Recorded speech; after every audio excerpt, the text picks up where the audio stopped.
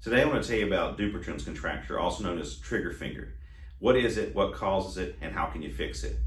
And what that is, in the palm of the hand, known as the palmar fascia in this area, it becomes inflamed and irritated, and you start to develop scar tissue. And you may notice someone that has typically the pinky finger or the ring finger gets bent down like this, and they have to physically pull it out into extension, pull it out straight, or their hand kind of comes across like this and starts to contract, and those fibrous bands start to pull in the fingers in the palm of the hand. And there's no real known reason for why this happens, but it does happen. There's different theories as to why this inflames.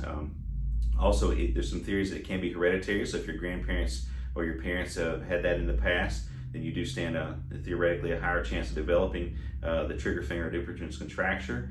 It is more common in males, middle-aged males, age 40 to 60, and then after about age 80, that flip-flops. It's more common in females.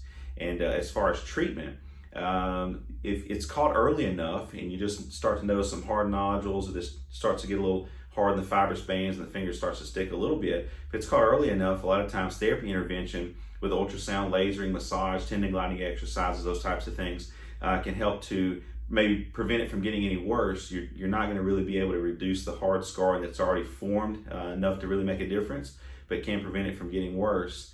And then in more aggressive cases where it's gotten really severe, they really can't get the fingers out and the hand's starting to contract across, you need to see an orthopedic surgeon. A lot of times a hand surgeon will go in and release that scar tissue and clean a lot of that up. And then it needs to be followed up with therapy intervention to make sure that all the range of motion is maintained and the scarring, it doesn't overscar as much as you can try to prevent that. And in some cases, even after surgery, it will come back again.